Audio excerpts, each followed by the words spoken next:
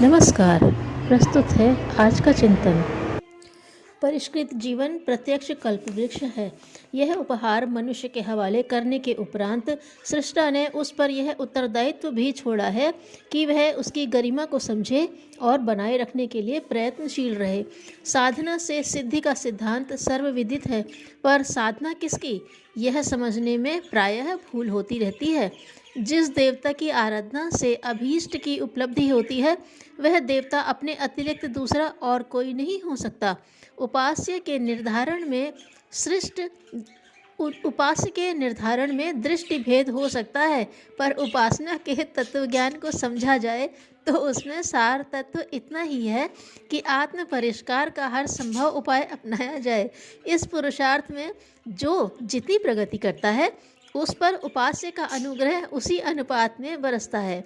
उपास्य का बाह्य कलेवर कुछ भी क्यों न हो, उसकी आत्मा साधक की आत्मा में ही घुली रहती है। ईश्वर का विभु रूप अचिंत्य है। विस्तार की कल्पना एवं आराधना कठिन है, किंतु अणु के भीतर विद्यमान उस महती शक्ति सत्ता का सरल साक्षात्कार हो सकता है। बूंद में सरोवर की समस्त विशेषताएं विद्यमान हैं। चिंगारी में विश्वव्यापी अग्नि तत्व की समस्त संभावनाएं सन्निहित हैं। बीज में वृक्ष और शुक्राणु में समूचा मनुष्य विराजता है। परब्रह्म की समग्र सत्ता का विराट दर्शन कहीं विरलों को ही होता है, किंतु उसका अभीष्ट दर्शन अपने अंतराल में भी भली प्रकार किया जा सकता है। न केवल दर्शन, वरन सघन संघर, संपर्क और महत्वपूर्ण आदान प्रदान का उपक्रम भी इस क्षेत्र में अधिक सरलता और सफलतापूर्वक बन पड़ता है।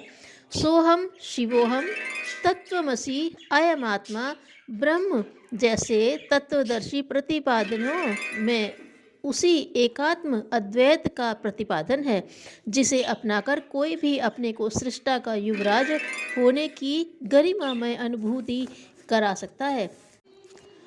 सौरमंडल की समग्र सत्ता परमाणु के छोटे परिकर में सन्निहित है।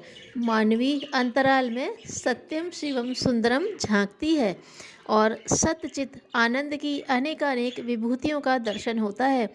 अच्छा हो हम दिशाओं को महकाने वाली कस्तूरी को अपनी ही नाभि में केंद्रीभूत देखें, अपने को समझें, कुरेदें, जगाएं, उभारें और इस योग्य बनाएं कि उस एक में ही पारस, कल्पवृक्ष और अमृत की उपस्थिति का अनुभव पग पग पर होने लगे।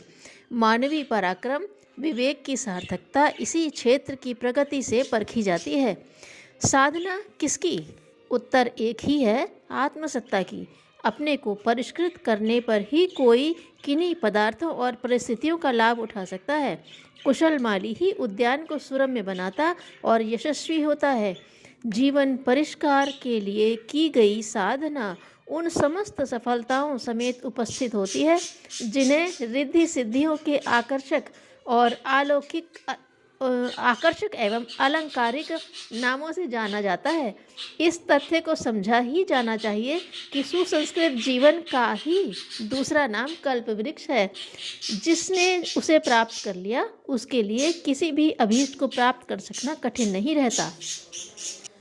इस तथ्य को 1000 बार समझा और लाख बार समझाया जाना चाहिए कि युग समस्याएं भौतिक नहीं, आत्मिक हैं, बाहर नहीं, भीतर हैं। मच्छर आसमान से नहीं टपकते, गंदी नाली में पैदा होते हैं।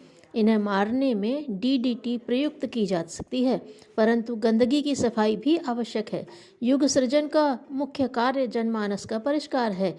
मनुष्य अंदर से बदलना चाहिए।